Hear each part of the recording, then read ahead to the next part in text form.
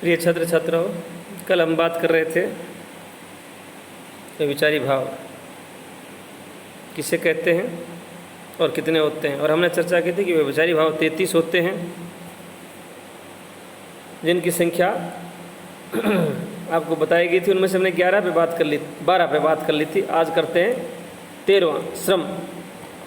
परिश्रम के कारण उत्पन्न थकान ही श्रम है। परिश्रम के कारण उत्पन्न थकान ही श्रम है। इसमें दीर्घ श्वास लेना, मुख का खुला जाना, निद्रा लेना, ये चेष्टाएं होती हैं। जैसे झलकी भरी भाल करी जल की पुट सूख गए मधरा धरवे। सीता के होठ सूख गए और माथे पे पसीने की बूंदें आ गई। ये अनुभव है, पता चलता है कि सीता के अंदर श्रम संचारी भाव का प्रकटीकरण हो रहा है। उन्माद, काम क्रोध भय आदि के कारण चित्त का भ्रमित होना उन्माद कहलाता है। चित्त जब भ्रमित हो जाए और कारण या तो काम या क्रोध या भय, वह उन्माद की स्थिति है। इसमें एक कारण हंसना, एक कारण रोना, एक कारण गाना, ये अनुभव है इसके। बिना ही मतलब आदमी गाएगा, बिना ही मतलब हंसेगा।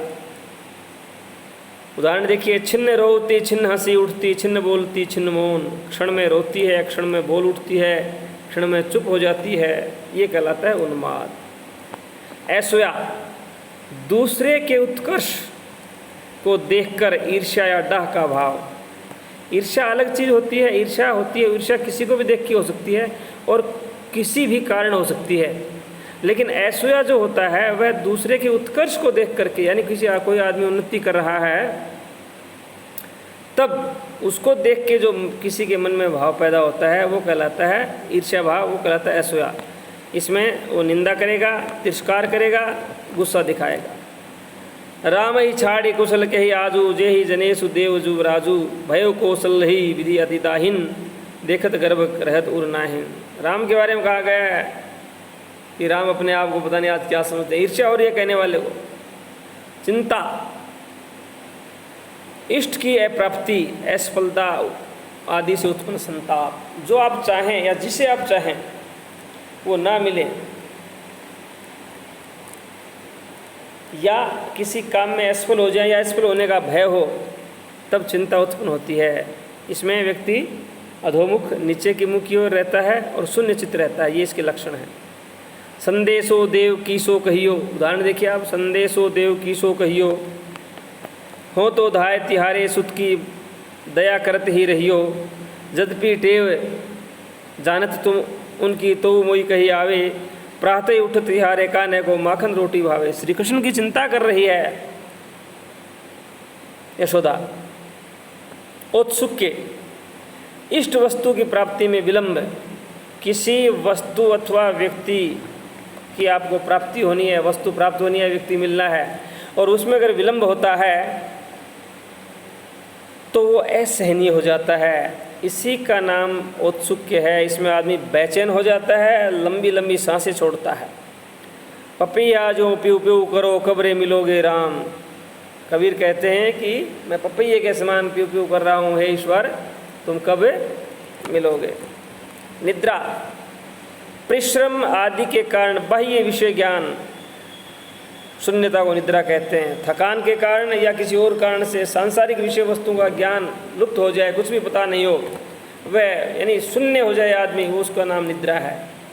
इसमें पलक झपकना, अंगड़ाई लेना, उच्छ्वास, ये चीज़ें अनुभव हैं। जागत रैन भयो अंधियारा, भिन सारा, भई आलस होत बेकरारा। व्याधि, रोग वियोग शोक आदि से उत्पन्न संताप। रोग वियोग शोक आदि से उत्पन्न जो संताप है वो व्याधि कहलाता है। इसमें कंपी, प्रस्वेद, वैवरण्य आदि इसके अनुभव हैं। आदमी कांपने लग जाता है, पसीना आ जाता है, रंग उड़ जाता है, ये कहलाती है व्याधि। दबे विरह दारुण हिये कांपा, खोल न जाए विरह दुख झांपा। होड़ हनुमंत पेट हिये कोई, लंका दाह लाग करे सोई। ये है व्याधि। धृत्य धैर्य, धृत्य धैर्य को आचार्य रामचंद्र शुक्ल ने अपनी परिभाषा दी है। रामचंद्र शुक्ल कहते हैं कि बड़े बड़े विघ्न उपस्थित होने पर, बहुत बड़ी बड़ी बाधाएं आ जाएं, यानी बहुत बड़ी बड़ी बाधाएं या बड़े बड़े विघ्न होने पर भी अपने व्यवसाय या अपने काम में अविचलित रखने वाली मानसिक अवस्था का नाम धैर्य है। आदमी अपने काम में विचलित नहीं होता, कितने ही संकट आ जाए, कितनी बड़ी बाधाएं आ जाएं, वह जिस काम में या जो काम में लगा हुआ है उसको आराम से कर रहा है, वह स्थिति कहलाती है धैर्य। इसमें तृप्ति, संतोष, उल्लासपूर्ण वचन, हर्ष आदि इसके अनुभव हैं। आदमी तृप्ति महसूस करता है, उल्लास महसूस करता है और संतोष महसूस करता है। जैसे राम कहते हैं, मुझे राज्य का खेद नहीं, राम भरत में भेद नहीं, मंजली बहन राज्य ले लेवे, उसे भरत को दे देवे। कौशल्या कहती है, मुझे राज्य का खेद नहीं, कि राज्य का, मेरे राज्य खो जाए तो मेरे लिए कोई चिंता का विषय नहीं है। हर्ष, इष्ट की प्राप्ति से उत्पन्न सुख एवं उत्साह को हर्ष कहते हैं। जो हम चाहें वो हमें मिल जाए, उससे जो खुशी या प्रसन्नता होती है उसका नाम हर्ष है। इसमें रोमांच होता है, शरीर में गदगद हो जाता है आदमी, ये चेष्टाएं होती हैं। हंसने लगे तब हरि आहा, पूर्णेंदु सा मुख खिल गया। हंसने लगे तब हरि आहा, पूर्णेंदु सा मुख खिल गया। गर्व, सौंदर्य, ऐश्वर्य आदि से उत्पन्न अभिमान। सौंदर्य या ऐश्वर्य, या तो कोई आदमी बहुत सुंदर हो या किसी के पास बहुत ज़्यादा धन दौलत हो, उससे जो एक घमंड झलकता है वह गर्व कहलाता है। और इसमें आदमी क्या करता है, आत्मश्लाघा भरे वचन बोलता है, अपनी ही अपनी प्रशंसा करता है। जहाँ उत्साह होता है वहाँ वीरस की बातें करता है। अगर किसी अच्छे काम के लिए कोई बढ़िया काम किया उसमें वो वीरस की बातें करता है। जैसे हे सारथे है द्रोण क्या, आए स्वयं देवेंद्र भी, वे भी ने जीतेंगे समर में, आज क्या मुझसे कभी। मति, शास्त्र, विचार, सत्संग आदि से दुविधा के विनाश होने का नाम मति है। शास्त्रों का विचार किया जाए, शास्त्रों को पढ़ा जाए या अच्छे लोगों की संगति मिले तो जीवन की दुविधाएं नष्ट हो जाती हैं। और जब दुविधाओं का विनाश हो जाता है तो कहते हैं कि आदमी के पास बुद्धि या मति आ गई, आदमी बुद्धिमान हो गया। ये अवस्था कहलाती है मति वाली। इसमें इसके अनुभव क्या क्या है, निश्चिंत मन, आदमी चिंता रहित हो जाता है, बिल्कुल अविचल। मुस्कुराहट, धैर्य, संतोष आदि इसके लक्षण हैं। उदाहरण देखिए, अच्युत तब उपदेश सो मोह गयो सब खोई, भाग्यो संशय अब हरे करिए कई सोई। कि जो उपदेश सुना उससे सारे संशय और सारे मन के विकार और चिंताएं मिट गई।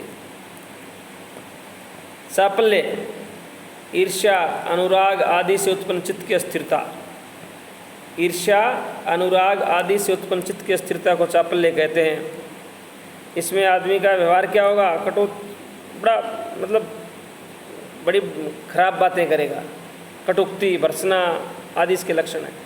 ब्रीड़ा, एक बड़ा अजीब भाव है, ब्रीड़ा, ब्रीड़ा, ब्रीड़ा।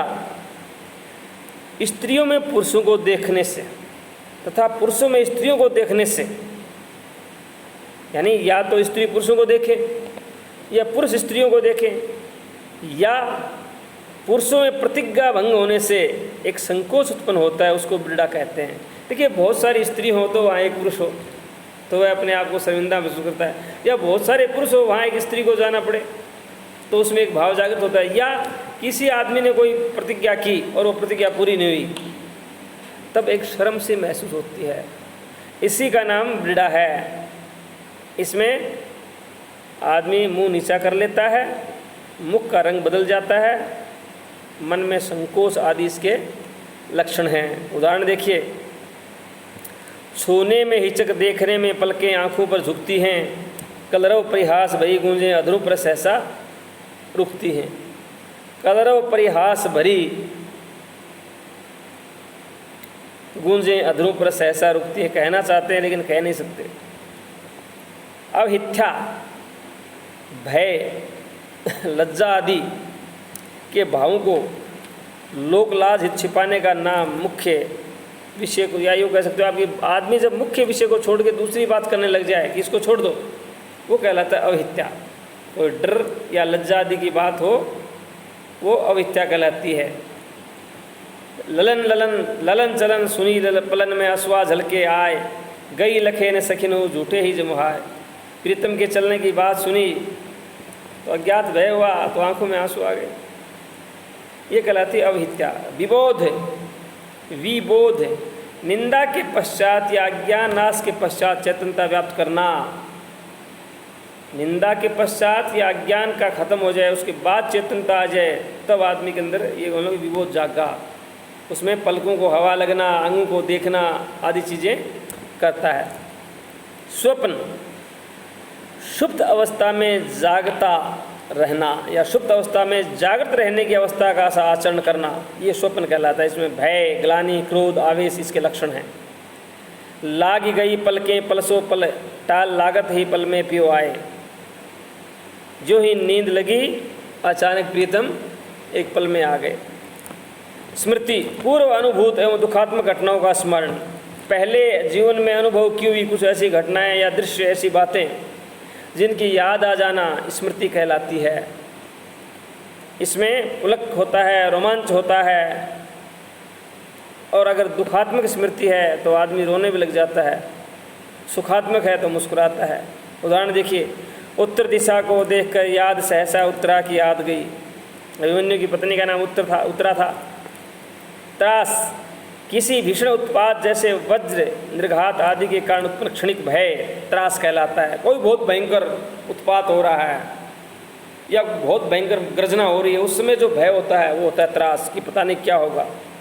इसमें भय, कंप, रोमांच, स्वेद आदि इसके लक्षण हैं।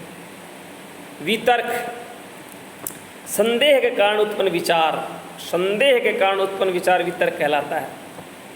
इसमें भ्रुकुटी भंग, सिर उठाना, उंगली उठाना आदि चेष्टाएं होती हैं। लंका निश्चर निकर निवासा, यहाँ कहाँ सज्जन कर बासा, ये वितर्क है। बाकी कल। धन्यवाद।